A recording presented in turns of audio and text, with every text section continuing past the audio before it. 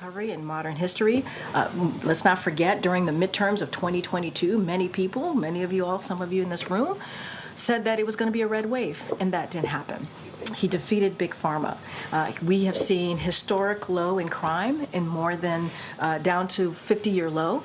And then you had Representative Clyburn, who said the president has done a great job leading for the last 3.5 years. The best predictor of future behavior is past performance. This is from Clyburn. And when you look at the record of President Biden versus former President Trump, you see President Biden, who has delivered the strongest recovery in modern history, versus the previous administration, whose plans hurts the middle class.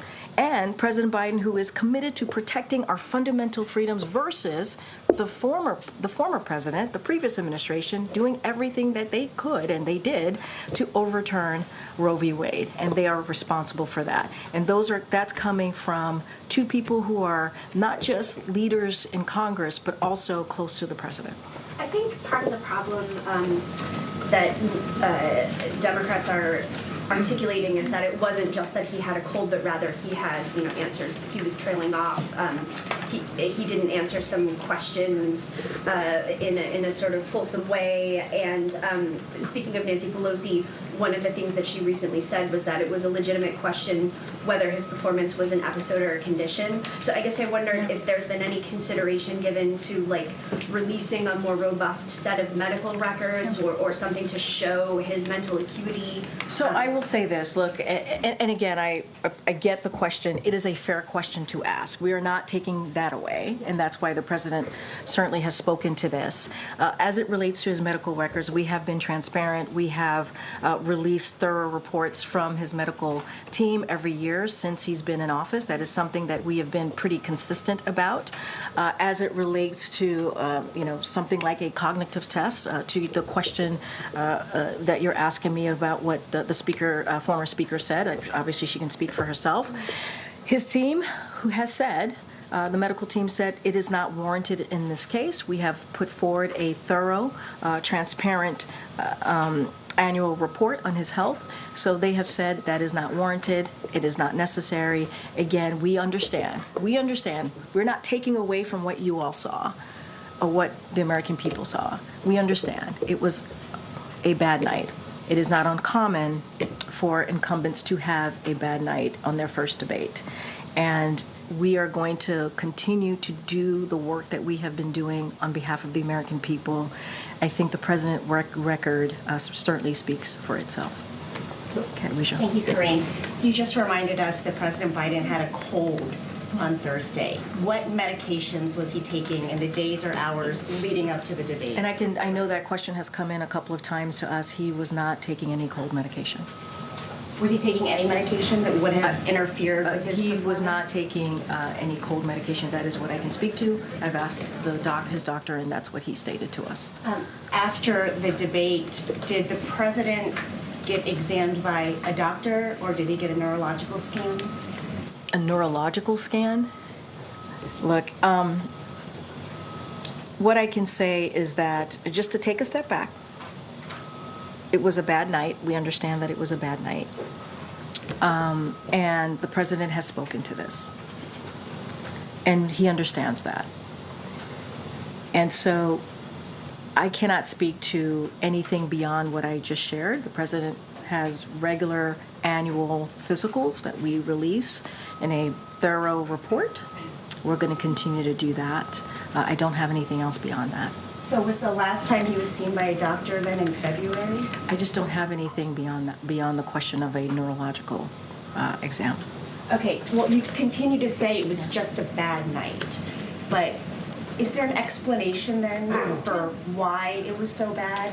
If it's not his stamina, if he prepared, as you guys say, for so long, if it's not a problem with his mental fitness, what happened that night? What did we see? I will also add that the president also spoke to this as well. He said, I'm not as smooth as I used to be. I don't debate as well as I used to. I don't walk as easily as I used to. But one thing that he knows is how to deliver for the American people. He understands that. He understands that he's not a young man, obviously. He said this. But his focus is going to continue to deliver for the American people on the issues that they care about: the economy, expanding health care, fighting for Medicaid, Medicare, Social Security, making sure that we continue to be leaders on the world stage, which is something that this president has been able to do, and turn around the mess that this last administration created, as certainly on not just domestically but on the world stage. Okay. Is anyone in the White House hiding information about the president's health or his ability to do the job day to day? Absolutely not. Given the fact that it's more than a bad night when his political future is threatened, would he be willing to provide more medical information? Would he be willing to have Dr. O'Connor provide more to answer these questions? Look, Kelly-O, certainly understand the question, appreciate the question, but what we have provided has been very transparent. But it's has not been recent. has and been the country watch. But February was this year. It wasn't too long ago. It was indeed this year, and we provided transparent report, a thorough There were report. many Americans who were concerned about his capacity. Was he okay? What happened? And we've now gone several days where he has only done teleprompter comments. He has not taken questions. I know you've announced a press conference. Yeah. We appreciate that. An interview. We appreciate that. Yeah. But there is a period of time here where the public is trying to understand what happened.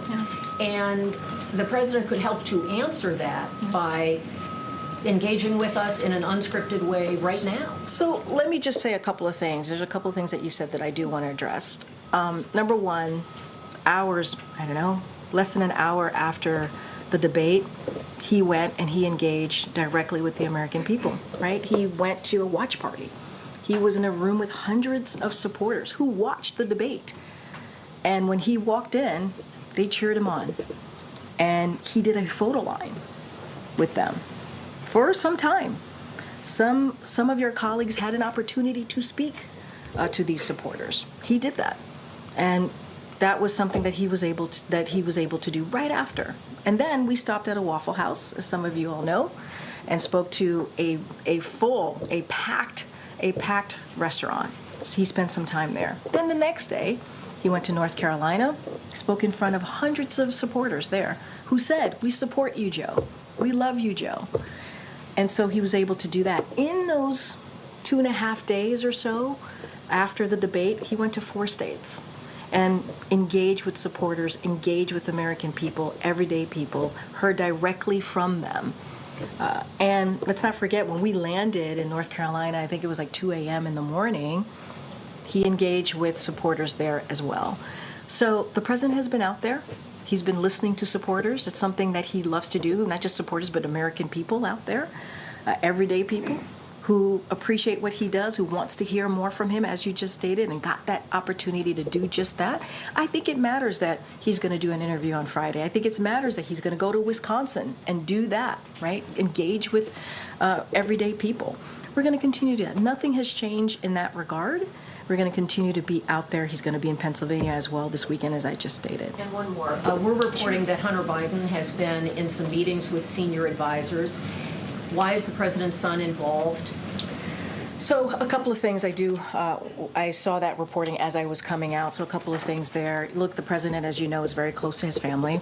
This is a holiday week, 4th of July. He spent time with his family, as you all know, and reported at Camp David. Hunter came back with him and walked with him into that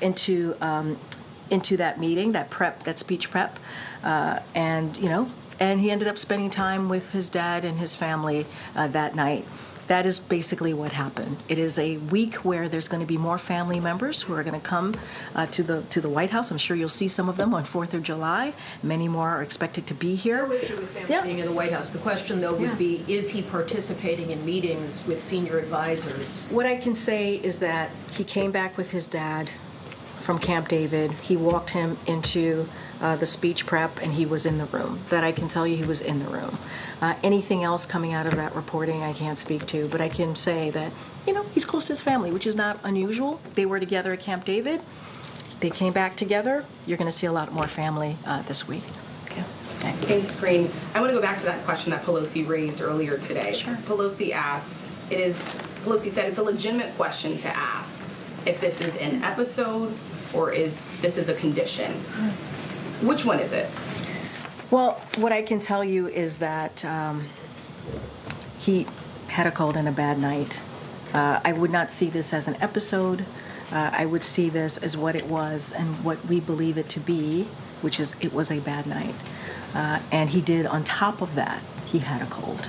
And that is the reality of the situation. That is the reality of what happened that night. You've certainly seen the reporting out there that this is not just a standalone instance, that other people are saying that this has happened before. One, do you see these as legitimate questions? And also, are you being straight with the American people on this? I see it as a legitimate question. I do. And I have said it is a fair question to ask. The president sees it as a legitimate question. And I think also the president saying, I am not a young man. I'm not as a smooth talker as I used to be. I don't walk as easily as I used to. I don't debate as well as I used to. I mean, the president is admitting and saying, and this is not the first time, right? He's talked about his age. He's joked about his age many times before. And so you heard that directly from, and we are acknowledging what people are seeing.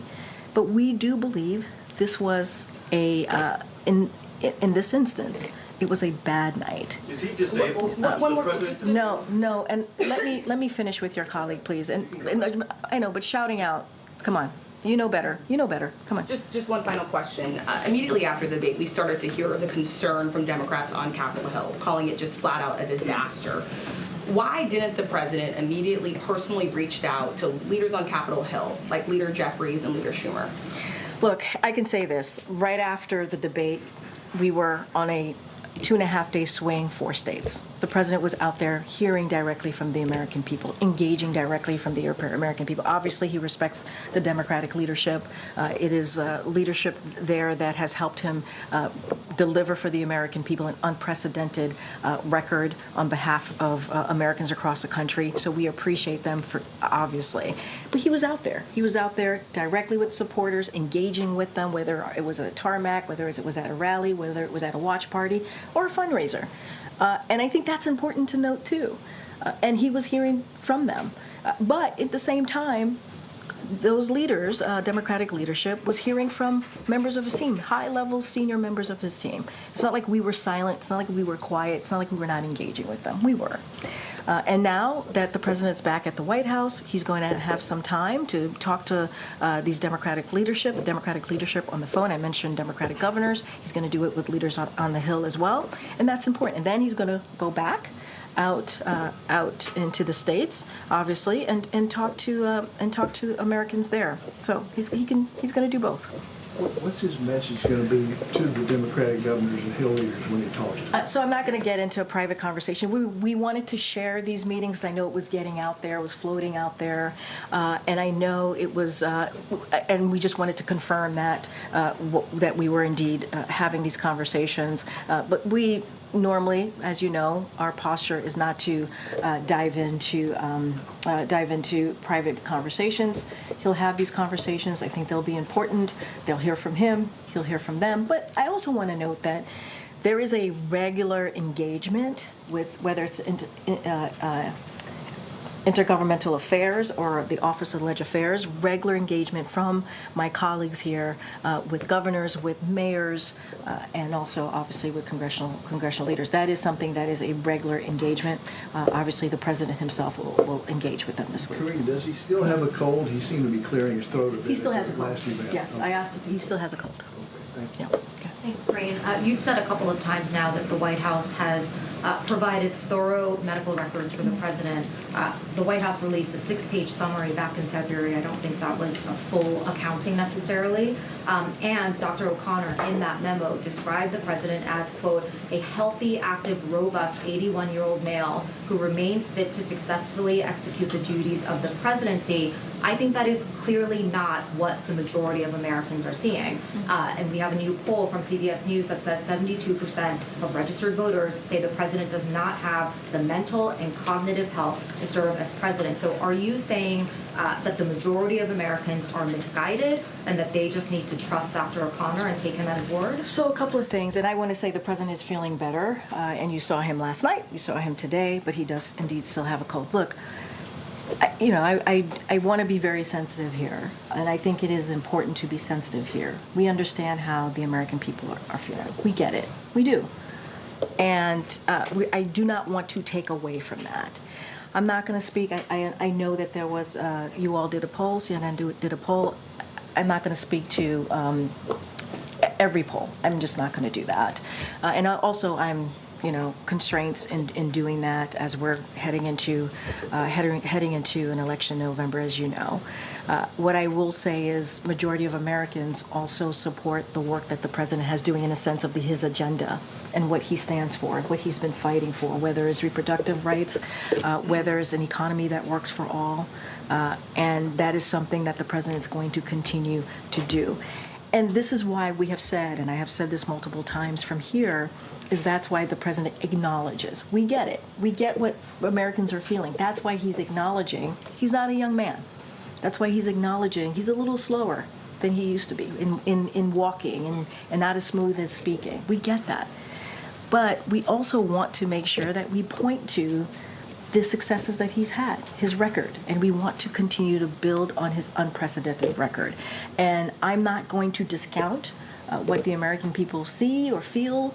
What I can say is what we know from our side of things. We could speak to his record, and we could speak to what the president has been able to acknowledge. And I think that's important too. And that's basically acknowledging what Americans are seeing and feeling. Well, if you get it, why not release more about his medical, his physical and mental health? Why not? What we have released has been very comprehensive. It has been. It has been transparent. And if you compare it, right, it has. We have put that out there. And, and we'll continue to do so, put that information out there. And MJ, I want to be very clear. I get the question that you're asking me. But this is also a president who has had a historic administration. He has, in delivering on legislation, key policies. That is because with age comes wisdom and comes experience. And I think that matters as well. Did Dr. O'Connor watch the debate? I believe Dr. O'Connor traveled with us to the debate. So did he have any concerns after seeing the president's not at debate all. before? Not I have at all. one more question after the Karine. Sure. The campaign's theory of the case from the president staying in the race has been that the president has a better shot of defeating Donald Trump than any other Democrat. We have a new CNN poll that shows the vice president actually has a slightly stronger showing against Donald Trump than the president.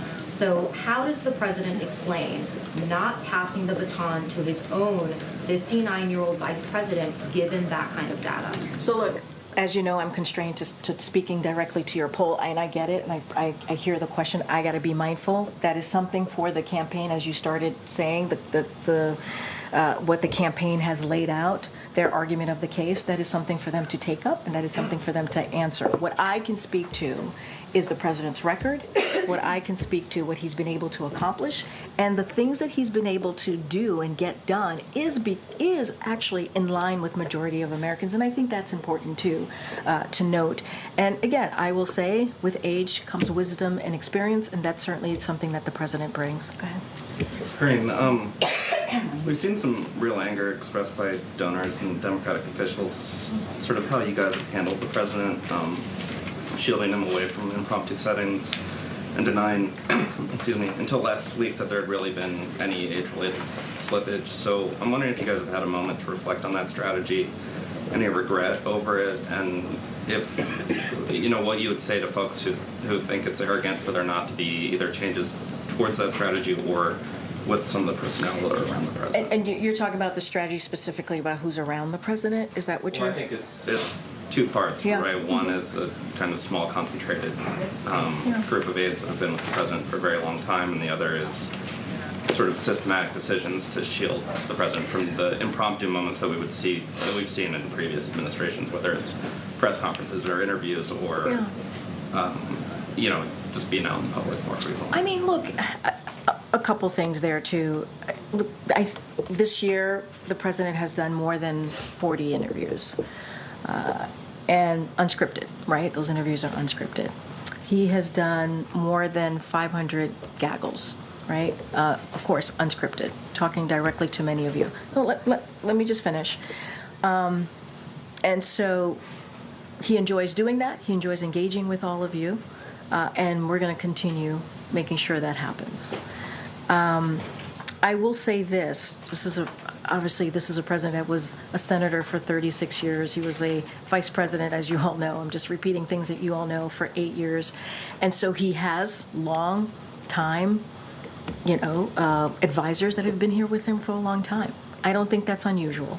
He also has people who are new to the administration that also advise him. Look, I've been in meetings with the president where it's been a diverse group of people, and he sees us, and he knows the reason why we're sitting in front of him is that we have something to share, and he wants to hear from all of us. I've heard him say, "Hey, what do you think? What do you think?"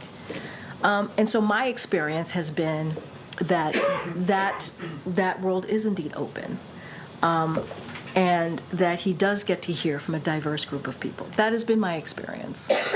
But it is not unusual for someone who has been around for that long of time to have a group of people that's been around him for a minute, right? And I think that makes sense. There's nothing about that is nonsensical. That actually makes sense. And we're going to continue to get him out in front of all of you to take your questions at a steady drumbeat. You mentioned NATO, and I have two questions. One's just a logistical one, which is you mentioned the press conference. Yeah. Is that going to be kind of the real big boy press conference that we're used to? Did you say or big boy press conference? like one of these 2-and-2s that might be a little more limited? So I believe, and I know you guys are holding me to it. I believe it's a solo press conference. We'll certainly have more to share with all of you as we get closer to next week. More thematically, We support the big boy. I'm gonna say, big boy Justin over here is asking some big boy questions. Okay. What do the president's not the only leader that's entering that NATO conference. A little bit on the back foot. Emmanuel Macron has had some electoral losses. The UK is obviously going through a big election right now. With all these leaders kind of coming in to DC a little bit diminished, how is that changing how you're looking at the summit and what is possible to accomplish with it? Look, it's a good question. I think one thing, as I talk about the president's record and what he's been able to do, right? He's been able to strengthen our worldview, the way that people see us across the globe, other leaders, our partners and allies, because of that experience. Again, with experience brings, with age brings experience and wisdom. And I think because of that, the president has been able to build a coalition. If you think about Ukraine and the aggression from Russia and what Russia has done to Ukraine as Ukraine continues to fight that aggression, to fight for their freedom and democracy, the president was able to bring 50 plus countries to support Ukraine, to support their fight. And so look, I will say that the president is looking forward certainly to hosting the leaders of our 31 NATO allies. As you know, two additional countries have joined NATO, and that's because, again, of the president's leadership. And next week in Washington, D.C., as you know, the historic summit is to mark the 75th anniversary of NATO's founding. So for 75 years, NATO has kept us and the world safer. And under the president's leadership, our alliance is stronger. It's larger. It's more united than ever. And so I think what you're going to see is that displayed next week right here in Washington, D.C. And I think I think you all would agree that the president played a very, very, very big role in where NATO is today. Okay, Jackie. Thank you, Karine. The administration strongly criticized the media for clips showing the president appearing to be confused, freezing at times, and you called it cheap fakes, misinformation, disinformation. In one case, even implied that it was the product of artificial intelligence, calling it deep fakes. Do you have any regret over using that language? Not at all. Not at all. And let me be clear, it was a certain part of the media. And, I mean, you can speak to this better than I can, a certain part of the media which was doing this. And look, independent, mainstream fact checkers in the press and misinformation experts have been calling out cheap fakes. And at the end of the day, they're fakes. That's what they were, targeting the president. They had said, the reporters and these misinformation experts said that this president was being targeted. And what we did was echo them. That's what we did. And look, we'll certainly continue to call that out. And the cheap fakes didn't come from me. I didn't coin that. That didn't come from this White House or this podium. That came from the media. They called it cheap fakes. And they said this president, President Biden, was being targeted on misinformation. It was purposefully being done to this president. And what we did is we echoed that. So I don't regret it at all. Well, the administration It was just the also facts. used that sort of approach to counter the Wall Street Journal report, for instance, that interviewed 45 people over several months who criticized, the president's handling of himself in meetings, and broadly. Which approach? I'm not following. Talking the question. about the president's age being a factor and a concern. How was cheap fakes? I don't understand where the approach cheap from the White fakes House to criticize was the related. reporting, to basically cast the reporting as not true. And broadly, this has been, the reason I ask is like the administration's response to our questions often seems to be, don't believe your lying eyes, the border's secure, Afghanistan withdrawal was a success, inflation's transitory. So is that going to change? I mean, you just laid out, Jackie, you just laid out a bunch of things, so just give me a second here.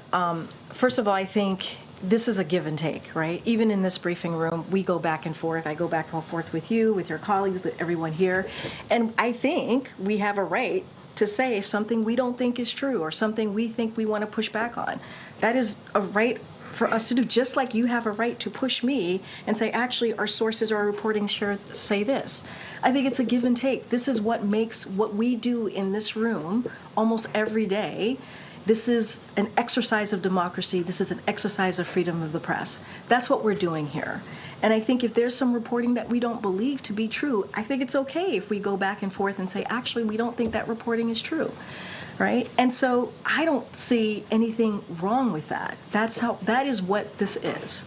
That is what this is. This is what we actually do on a daily basis. This is how we lead the world, on making sure that journalism exists and you all have the right to do your jobs. But, we also have our right as the press office here in the administration, if we don't believe something is true or we want to share our side of things, that we do so. Look, on the other things that you just listed, I've talked about this president's record a lot, often here, in this just however minutes I've been at this podium. And look, when it comes to the economy, the data shows it. When it comes to healthcare, the data shows it. Afghanistan, obviously, it is an important conversation to have, and that is something that the president wanted to do and end a war, and a forever war. He wanted to make sure that we stop putting our young women and men in harm's way. And that is a difficult decision to make. It is not an easy decision to make. But he's the president and commander-in-chief, and he wanted to make sure that we got our armed troops out of harm's way. And so I honor and respect our back and forth, and it is always an honor and privilege for me to do this job, and I will continue to do that. Go ahead. Thank you, Karine. No, Michael. Okay. Oh, Mike, go ahead, Michael. Okay, that's you. I'll get you. I have two big boy questions. Medium boy, I don't know, whatever. First, does the president intend to spend most of his days in July on vacation in Rehoboth and Wilmington? We certainly will have more to share on what his schedule is going to look like for the rest of the month. I don't have anything to share at this time. I can assure you the president will be out and about talking directly to the American people. I just laid out the next couple of days. I don't have anything to share beyond beyond NATO, right? As you know, there's going to be the NATO summit next week, so don't have anything to share beyond that. But the president will be out there talking directly to the American people. I have to be mindful. Obviously, we're in campaign season. The campaign could speak more to what his schedule is going to look like specifically. Okay. And then the second question, we just posted a story, which probably I'm not sure you've seen because we just posted it in the middle of the briefing, but in which many people that we've talked to describe an accelerating series of episodes, moments when, over the course of the last several weeks, the president appeared confused or listless or would lose the thread of a conversation in private meetings at the G7, in Normandy, at the White House. Not all the time, not saying that that's the way he is all the time and that there's clearly moments people say that he's forceful and with it and all of that. But these people suggest that that what happened, what Americans saw at the debate, has a precursor. What do you say to that? So I want to be mindful and respect your reporting. I have not read it. I have not seen it, so it's hard for me to respond to it directly. But what I can speak to more broadly is that I have engagement with the president pretty regularly. What I see is a strong, resolute president who's always willing and able to work on behalf of the American people. I do not know who these folks are that you speak of, so it's hard for me to talk about that and to speak to that. I can just speak to my experience and go back again on the president's record and what he's been able to deliver on behalf of the American people. So I do want to be mindful. I guess just one follow-up. Sure. Is 50 million plus Americans saw the debate last Thursday. They get a very different story from you. You just described a very different sounding president. Obviously, other administration officials describe him very differently than what people saw. How do you reconcile those two versions of a president, one who appeared the way they did to millions of people and the other who appears always to be, sort of very forceful and not have any of those? I mean, look, the president spoke to this. You heard me speak to this. We believe, and others have said this, not just me, other folks who have been on networks and also obviously has spoken to all of you, it was a 90-minute debate. It was a bad night. That's what we believe it to be. We're not taking away what people saw. We're just not. Want to be very clear about that. We want to also make sure people understand that the president realizes. I keep saying this over and over again. He said he's not as young as he used to be, and he has addressed this over and over and over again. But you saw him last night. Right, you saw him last night. You saw him at the rally. You saw him at the watch parties. There's been many instances. State of the Union. You saw him take on Republicans by himself, and what was happening back and forth in the State of the Union. There has been also many instances where the president has really showed his strength and resolute that all of you have seen and commented about it. And so I think we cannot forget that as well. And we also heard from President Obama, who himself has said his first debate wasn't great. He talked about that. And most incumbents, their first debates aren't great. And so look, we're going to continue to build on the unprecedented record by continuing to fight for the American people. That is our commitment, and that's what we're going to continue to do. Thank you. Thanks, Michael. Go ahead. Thanks, Karine. I have two questions. But to follow up on that, you talked about how you've spent time with the president.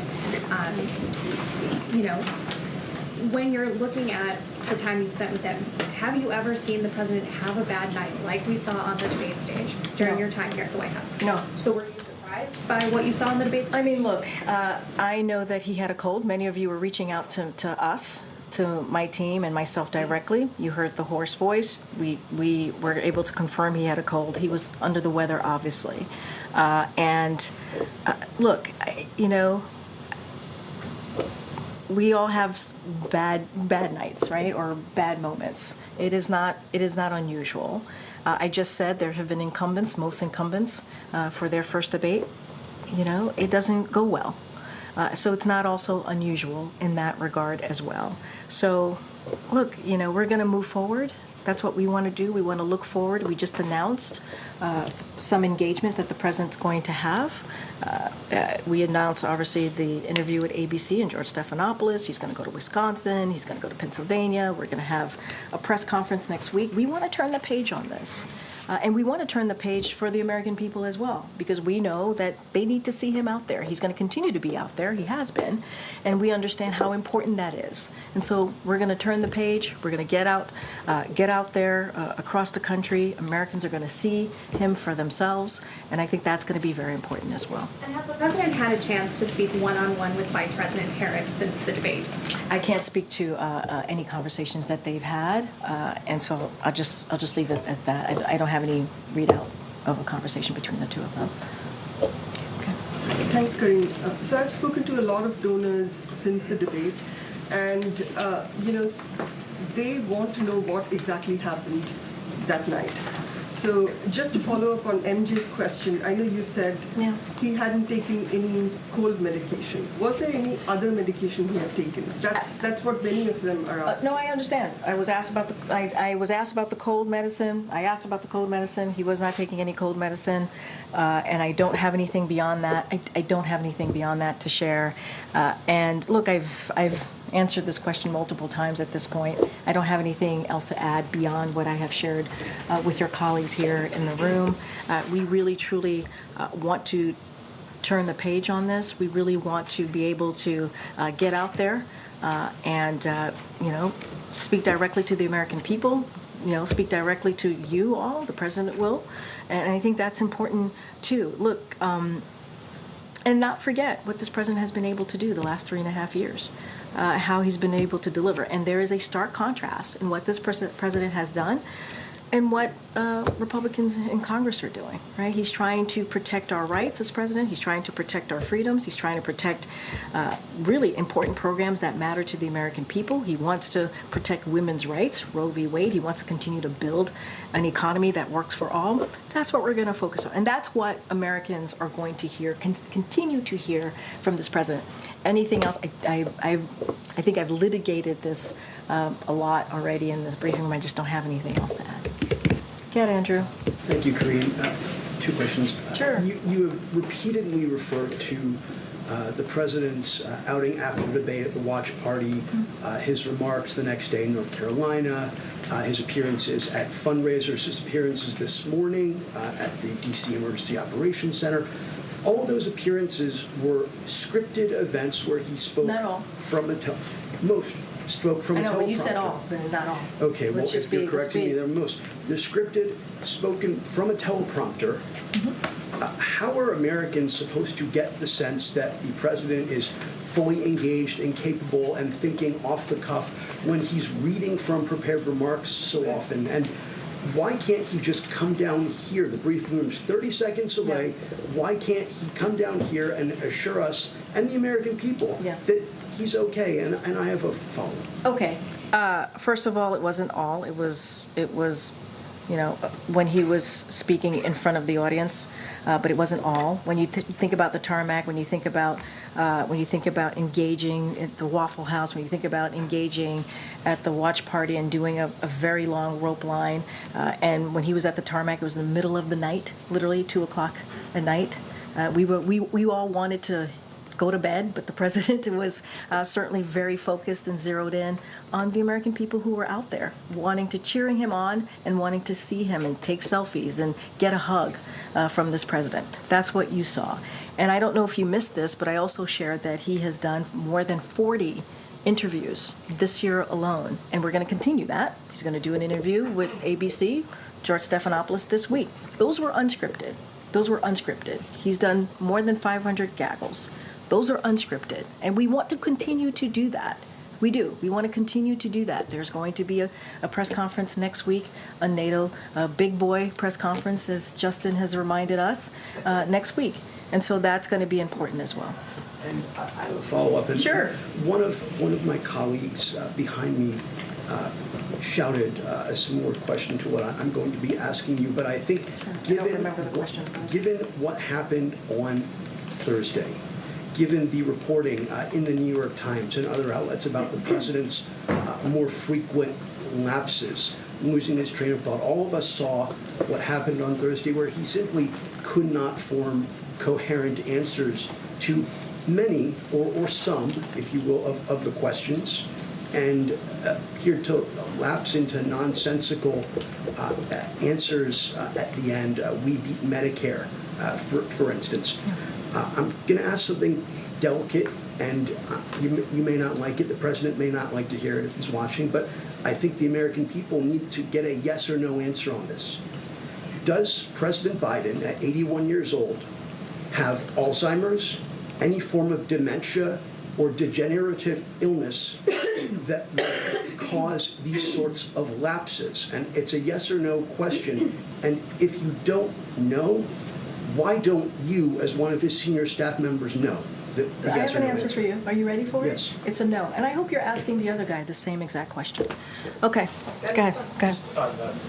The statement that Congressman Doggett put out, Yeah. does the president feel like members, the Democratic congressmen, should be able to speak their minds on this? Or does he think, calling for him to withdraw is hurting the party writ large? I mean, look, that's something about the Democratic Party that we really respect. It is a big tent party. Many people are going to have their opinions. We are going to have our disagreements, and that is what is important. And we really respect other people's opinions and thoughts. I think that's what makes, this party different, right, than the other side. Certainly, we see that with how it's playing out in Congress, or how it tends to play out in Congress. So the congressman is going to have his opinion. He's going to have his thoughts. That's for him to speak to. We are not, this is not a president that's about his personal politics. That is not this president is all about. He doesn't care only about himself. That is not what this president is all about. And I also read out some supportive statements that we've heard from leaders of Congress. Former Speaker Pelosi, I read out what she laid out. I read out what Congressman Clyburn has said. And I think that matters as well. And you all have heard from multiple supporters over the past couple of days since Thursday. And I think that's important as well. And just to be clear, the president has not spoken to either Senator Schumer or Leader Jeffries? What I can say is that the president plans to speak to them this week. I don't have anything beyond. The reason though it's been 5 days. I hear you. I addressed this moments ago. The president was on the road for 2.5 days, did 4 states. His advisors, his high-level White House officials were talking to congressional members, as some of you have reported over the past couple of days. I think that's important. They have regularly engaged, not just with congressional members, with governors, with mayors, and then there's the campaign that does it on a political level, right? They've had regular calls. I think some of you have reported on that as well. Now this week, the president is going to take some time and talk to those congressional members, and as I stated, also to Democratic governors tomorrow. Okay. You mentioned that sometimes the candidates have a bad first debate. There's been a lot of discussion going around, and of course no decision yet, but that maybe there isn't a second debate. So I want to be super careful. That's something for the campaign to respond to, but I do believe they did respond to this, and I do believe they have responded to this, and they said that there's going to be another debate, but that's something for them to speak to. And I will just quote what President Obama stressed, right? Bad debate nights happen. Trust me, I know. And then he praised President Biden's leadership and his agenda of fighting for the middle class, our freedoms, and the rule of law. And you heard the president speak to the rule of law just last night. And so certainly that will continue. But you've heard from a former president about this particular issue. Go ahead, Michael. Thanks, Karine. Obama was 51 during that I kind of knew you would say that. debate. I knew you would say that. But he's not the only one. He's not. It has happened in the past. First debates for incumbents, sometimes is not their best. I know you've said a couple times that you want to turn the page. Yeah.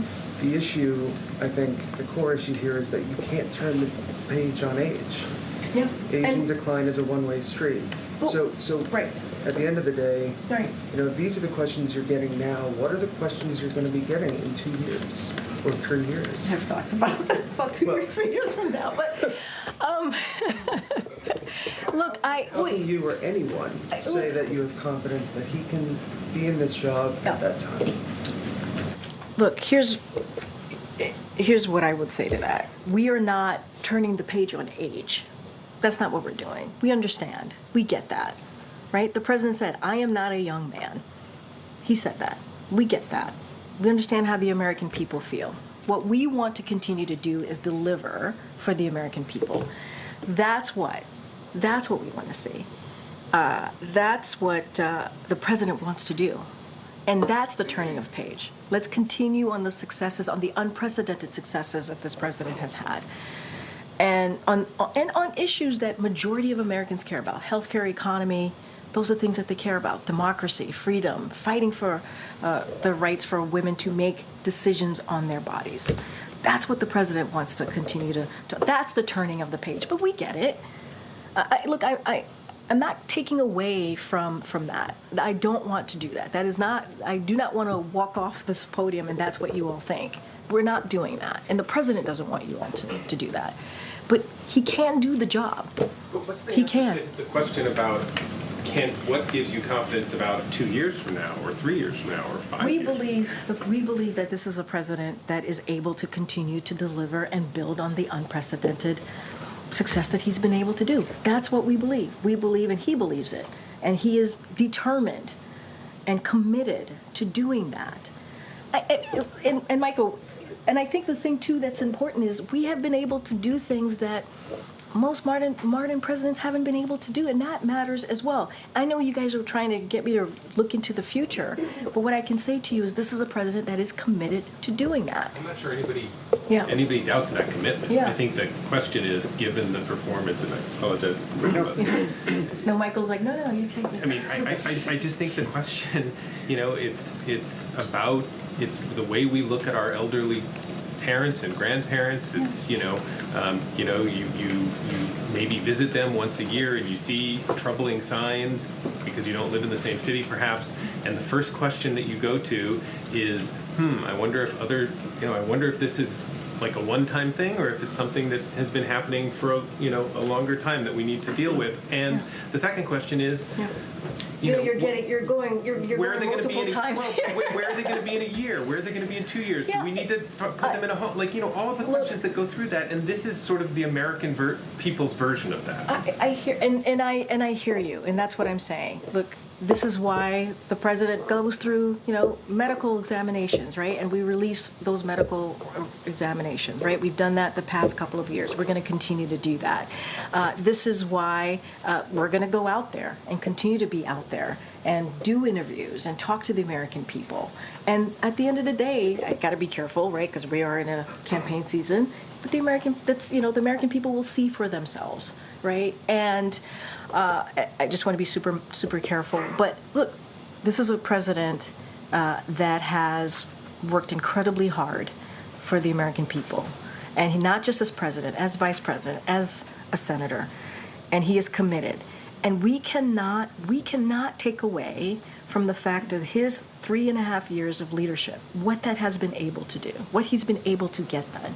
And that doesn't come from, that doesn't come easily. And he did it in historic fashion. He did. And the data proves that. And so, look, he's committed to continuing to make that progress, continue to work, whether it's climate change, whether it's the economy, whether it's healthcare. That is what he is committed to doing. And, he had a bad night. He did.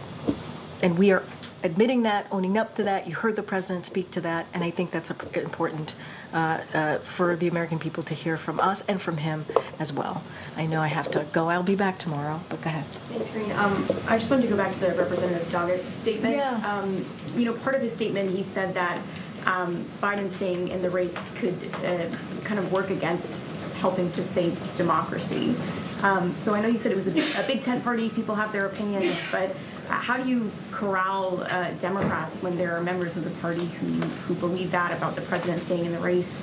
And do you have a response to that specifically? Yeah, look, this is a president. He jumped into this election. This I can talk about, obviously, in 2020, and I remind you all that he beat the other guy in 2020. He won in 2020. That's why he's president. But he jumped in because of democracy, right? He jumped in because of what was happening, because he believed he needed to do everything that he can to protect our democracy and now protect our freedoms because of what happened with Roe v. Wade. Obviously, we don't agree with that. What we believe is that this is a president that has had, that is going to continue to fight for democracy, and that's going to continue to focus on making sure that, we get Roe v. Wade into law, right? Make sure that IVF is not taken away from families. Make sure that contraception is not taken away from families. Make sure that we fight for our voting rights, right? There are so many things that we need to continue to fight for. And at the end of the day, this is a president that has delivered, working closely with Congress and doing some of these things in a bipartisan way. And I think the reason why that he's been able to get some of these legislation done, whether it's the CHIPS and Science Act, the Veterans Act, the bipartisan infrastructure legislation, is because of who he is and because of how he has that experience to work across the aisle. That doesn't happen with everybody, and this president has been able to do that. So we're going to continue to do that work. Guys, I'll see you tomorrow. All right, thanks, everybody. Thank you.